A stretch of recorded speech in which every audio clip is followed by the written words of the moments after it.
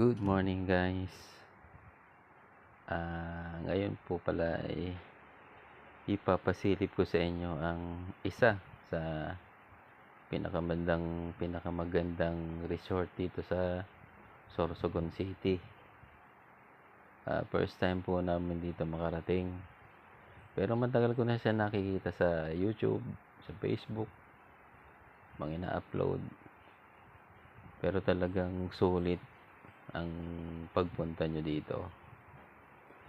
Time check po tayo, ano po yan, mga 5:45 or magsi-6 ng umaga.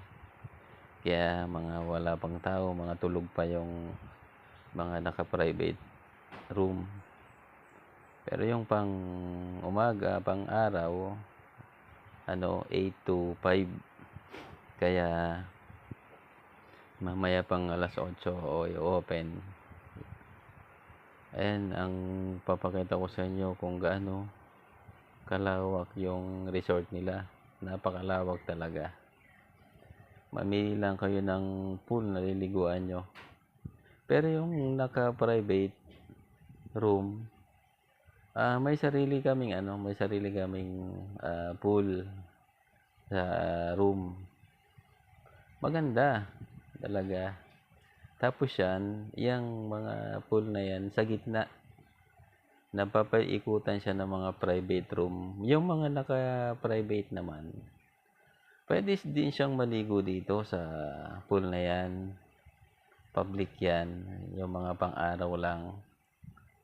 Pero yung mga naka-public, hindi sila pwedeng pumunta ron sa mga room namin na may sariling pool. Yun.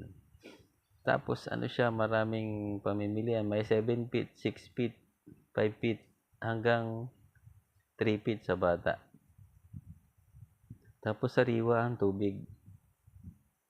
Running water. Pero siya, hindi malamig. Kumbaga tamang-tama ang timpla. Ganda kung mamamasyal ka rito sa buong resort. Pwede kasi malawak.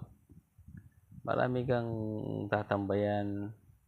Kagaya niya, makita mo yung may puno na nyog sa ilalim ng pool. Yun, marami nakatambay kasi malilim.